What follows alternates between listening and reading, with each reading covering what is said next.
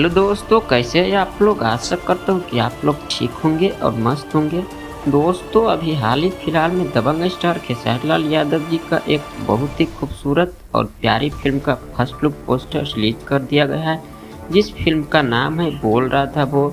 इस फिल्म को दर्शकों को बेसब्री से इंतजार कर रहे थे और अभी तक इस फिल्म का फर्स्ट लुक पोस्टर आज ही रिलीज कर दिया गया है। दोस्तों, इस फिल्म का जो प्रोड्यूसर है विजय कुमार यादव और इस फिल्म का जो डायरेक्ट किया है भोजपुरी के जाने माने डायरेक्टर पराग पाटिल के द्वारा इस फिल्म को डायरेक्ट किया गया है, जो अभी तक भोजपुरी इंडस्ट्री में काफ़ी हिट फिल्म दे चुके हैं।